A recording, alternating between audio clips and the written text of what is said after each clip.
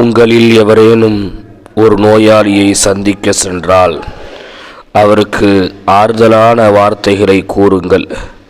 அவருடைய நோயிலிருந்து மிக விரைவில் அவர் குணமடைந்து வருவார் என்கின்ற நம்பிக்கையை அவருக்கு விதையுங்கள். இன்னும் அவருக்காக இறைவனிடத்திலே நீங்கள் துஆ செய்யுங்கள். அல்லாஹ்வின் தூதர் கற்றுக் கொடுத்தார்கள், நோயாளியை சந்திக்க சென்றால் இந்த 2 வார்த்தைகளை நிச்சயம் நீங்கள் கூறுங்கள். லா பஅஸ தஹூரன் இன்ஷா அல்லாஹ், கவலை வேண்டாம், அல்லாஹ் நாடினால் இது குணமாகும்.